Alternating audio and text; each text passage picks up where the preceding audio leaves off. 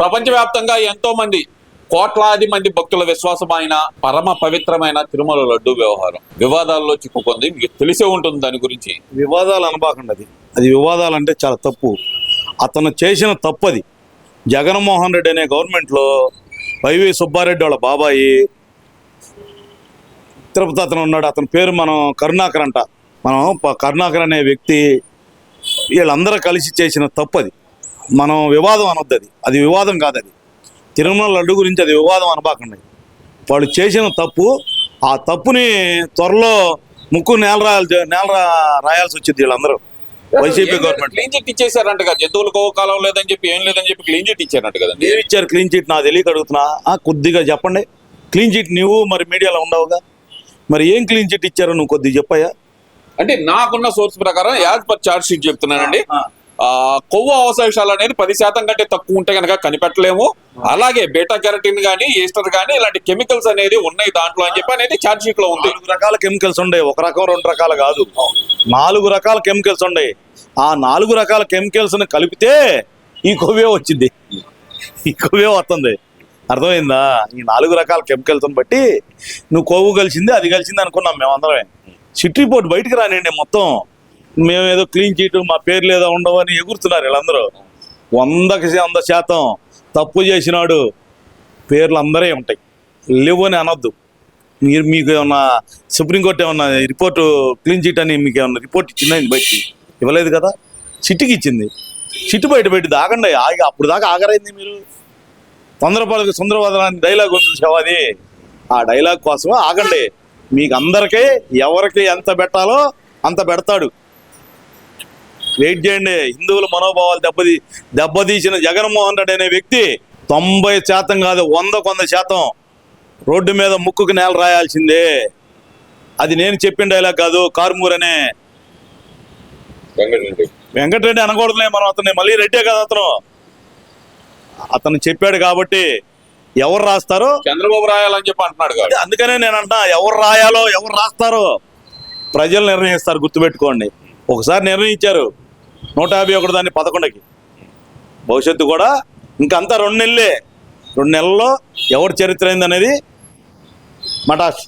ఎందువల్ల అంటారు అసలు తిరుమల తిరుపతిలో ఉన్న ఏదైతే పరమ పవిత్రమైన లడ్డు వ్యవహారాన్ని వీళ్ళు పదే దాన్ని రిపోర్ట్ వచ్చి పూర్తిగా బయటకు రాకముందులే మాకు క్లీన్ చిట్ ఇచ్చారనే ఒక ప్రచారం చేసుకోవటం ఎందువల్ల అనుకోవాలి? ప్రచారం లేనిది ఉంది అన్నట్టు ప్రచారం చేసుకోవటం జగన్మోహన్ రెడ్డి వ్యక్తి యొక్క నైజం, జగన్మోహన్ రెడ్డి యొక్క టీం యొక్క అది నిబద్ధత, నాయకత్వం, వాళ్ళ లక్షణం, అది వాళ్ళ లక్షణమే. అది మీరు దాన్ని మనం చూపించకూడదు ఏలు పెట్టి. జగన్మోహన్ రెడ్డి అనే వ్యక్తి అలాంటివే మాట్లాడేది, లేనిది ఉండట్టు లేనట్టు మాట్లాడేది వ్యక్తి జగన్మోహన్ రెడ్డి. అతను ఫస్ట్ క్లాస్ స్టూడెంట్ కదా, మరి ఫస్ట్ క్లాస్ స్టూడెంట్ ఏం చేస్తాడు? వెనక నుంచి ముందుకు వస్తాడు, ముందు నుంచి వెనకపోతుంటాడు. సెంటర్లో ఎప్పుడు ఉన్నాడు? నేను మొదటి క్లాస్ అని చెప్పుకున్నారు. ఇవన్నీ లేవు జగన్మోహన్ రెడ్డి నీ దగ్గర. ఆ క్యారెక్టరే నీ దగ్గర లేదు, ఫస్ట్ క్లాస్ స్టూడెంట్ క్యారెక్టరే నీ దగ్గర లేదు. ఎందుకు మాట్లాడతావు?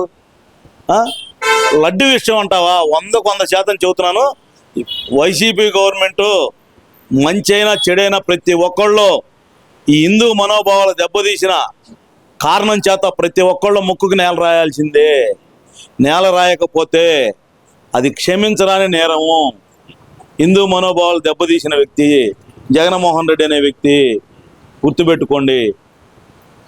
అంటే ఇక్కడ ఇంకో విషయం కూడా, అసలు దీంట్లో పవన్ కళ్యాణ్ గారు వచ్చి మెట్లు కడగాలి, దేవాలయాల్లో ఉన్న మెట్లన్నీ కడిగేస్తాం అని చెప్పి మన పేరు నాని గారు మాట్లాడుతున్నారు. అలాగే చంద్రబాబు నాయుడు గారికి అయితే నాలుక మీద దప్పనం కాల్చి వాతలు పెట్టాలనే మాటలు కూడా మాట్లాడుతున్నారు. పెడతారు, దప్పనం కాల్చి వాతలు పెడతారు, మీ అందరికీ మెట్లుగా అడిగిస్తారు.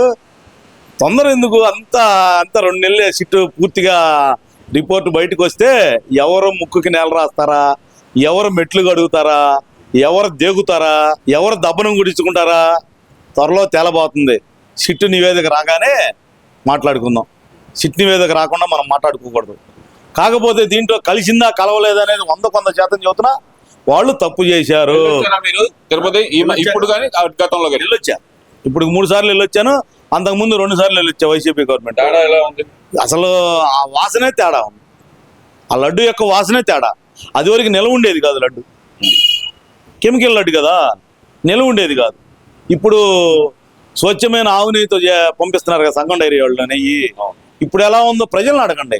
పాపం అనేది పండినప్పుడు వెంకటేశ్వర స్వామి ఎక్కడికి తీసుకెళ్తాడో ఒకసారి కనపడింది, రెండోది కూడా భవిష్యత్తులో కనపడబోతుంది. ఎందుకంటే హిందూ మనోభావాలు దెబ్బతీసిన వ్యక్తిగా జగన్మోహన్ రెడ్డిని నేను కొనియాడుతున్నా. ఎందుకంటే అతను తప్పు చేశాడు, ఆ తప్పుని నిరూపించడానికి నేనే లేదు నువ్వే లేదుగా సిట్టు, కేంద్ర గవర్నమెంటే గెలిచింది.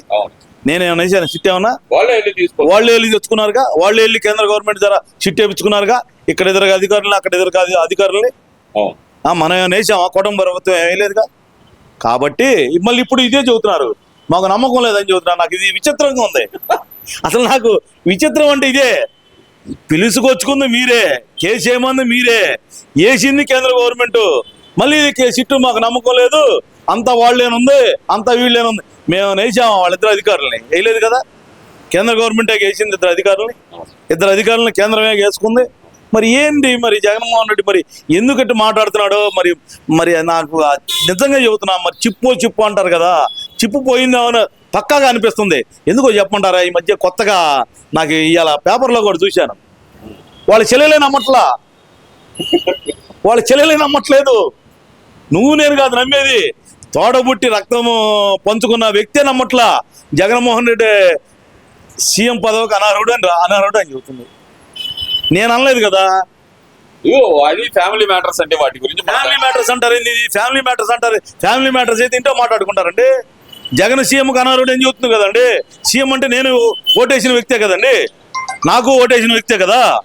మరి ఓటేసిన వ్యక్తి ఏం చేయాలి మరి దాని అర్థం ఏంది? నాకు కూడా ఒత్తిచ్చిద్దిగా, ఒత్తిదా? మరి అందుకని సీఎం అనర్హుడు అని చెబుతున్నాను. నేను తప్పేమనలేదే. రాష్ట్రంలో ప్రభుత్వం లేదు, మొత్తం జంగిల్ రాజ్యం నడుస్తుంది అని చెబుతున్నాడు కదా మరి జగన్మోహన్ రెడ్డి గారు. జంగిల్ రాజ్యం ఎవరు నడిపారు? 19 నుంచి 24 దాకా నేను నడిపాను, నువ్వు నడిపావా? గంట కొట్టింది నేనా? గొడ్లిప్పి గంట కొట్టింది నేను కాదుగా. కాదు కదా. మరి డోర్ డెలివరీ చేసిన శవాన్ని నేనా? లేదు. మా గవర్నమెంట్ లో జరిగిందా? లేదు. మరి ఎవరు చేశారు ఇవన్నీ? డాన్సులు వేసింది అంబటి రాంబాబు నేనేసానా? అంబటి రాంబాబు వేసాడా? మరి ఎవరు రాజ్యంలో జంగిల్ రాజ్యం నడిచింది? యాక్చువల్ గా అంటే ఇప్పుడు రాష్ట్రంలో ఏదైతే కనుక రైల్వే కోడూరు ఘటన అయితే ఏదైతే ఉందో దాన్ని మాది తప్పు జరిగితే తెలుగుదేశం అతన్ని సస్పెండ్ చేశారు కదా, చేశారు చేయలేదా? అట్లా 100% కూటమి ప్రభుత్వంలో పవన్ కళ్యాణ్ కూడా శ్రీధర్ అనే వ్యక్తి తప్పు చేస్తే సస్పెండ్ చేయడానికి రెడీగా ఉంటారు. గుర్తుపెట్టుకోండి, కూటమి ప్రభుత్వం ఎవరిని ఎక్కడ సహించదు. గుర్తుపెట్టుకోండి తప్పుని. మేము తప్పు చేయాలన్నా సరే బాబు గారు మాకు అలా నెరపలేదు. పవన్ కళ్యాణ్ అలా కమిట్మెంట్తో నడుపుతున్నాడు. అర్థమైందా? మీరు శ్రీధర్ తప్పు జరిగిందో జరగలేదనేది వెయిట్ అండ్ సీ. రిపోర్ట్ వేశారు కదా, ఆ రిపోర్ట్ రాగానే ఎవరు తప్పు జరిగితే వాళ్ళ మీద చర్యలు తీసుకుంటారు. 100% చర్యలు తీసుకోవడానికి నిదర్శనం కూడా మన తెలుగుదేశం గవర్నమెంట్లో ఒక అతను సస్పెండ్ చేశారు కదండి మొన్న, సస్పెండ్ చేసి. అట్లానే ఇతను కూడా తప్పని నిరూపిస్తే సస్పెండ్ చేస్తారు. 100% చెబుతున్నాను. జగన్మోహన్ రెడ్డి అనే వ్యక్తి అనర్హుడు అనేది నేను చెప్పటం కాదు, వాళ్ళ చెల్లెలే చెప్పింది. ముందు వాళ్ళ చెల్లెలతో మాట్లాడమనండి, వాళ్ళ చెల్లెలతో నిరూపించుకోమని చెప్పండి. అప్పుడు బయటకు వచ్చి ప్రెస్ మీట్లు పెట్టండి. కాదండి, అది వాళ్ళ పర్సనల్ మ్యాటర్ అండి. ఇద్దరికి పర్సనల్ మ్యాటర్. సీఎంకి సంబంధం లేదుగా, లేదు కదా. మరి సీఎం ఉంది కాబట్టి నేను మాట్లాడాలిగా. నేను ఓటేసిన వ్యక్తిని కదా. జగన్మోహన్ మాట అనేది వేరే కాన్సెప్ట్ లేదు. జగన్మోహన్ రెడ్డికి ఓటేసింది కాదు, నేను ఓటేసే వ్యక్తిని. నాకు ఓటర్గా ఓటు హక్కు ఉన్నట్టుగా మళ్ళీ రేపు పొద్దున్న జగన్మోహన్ రెడ్డికి ఓటేసాడు అంటారు నన్ను మళ్ళీ. అందుకని నేను మళ్ళీ దాన్ని క్లారిఫికేషన్ ఇస్తున్నా. జగన్మోహన్ రెడ్డికి ఇది కాదు. మా వాళ్ళ చెల్లెలు అంద కాబట్టి రక్తం ముంచని, అందుకని నేను చెప్పే ఒక ఓటర్గా అతను పనికిరాడని ముందు మీ చెల్లెలే చెబుతుంది కాబట్టి దాన్ని నిరూపించుకొని అప్పుడు రోడ్డు మీదకి వచ్చి దేకండి.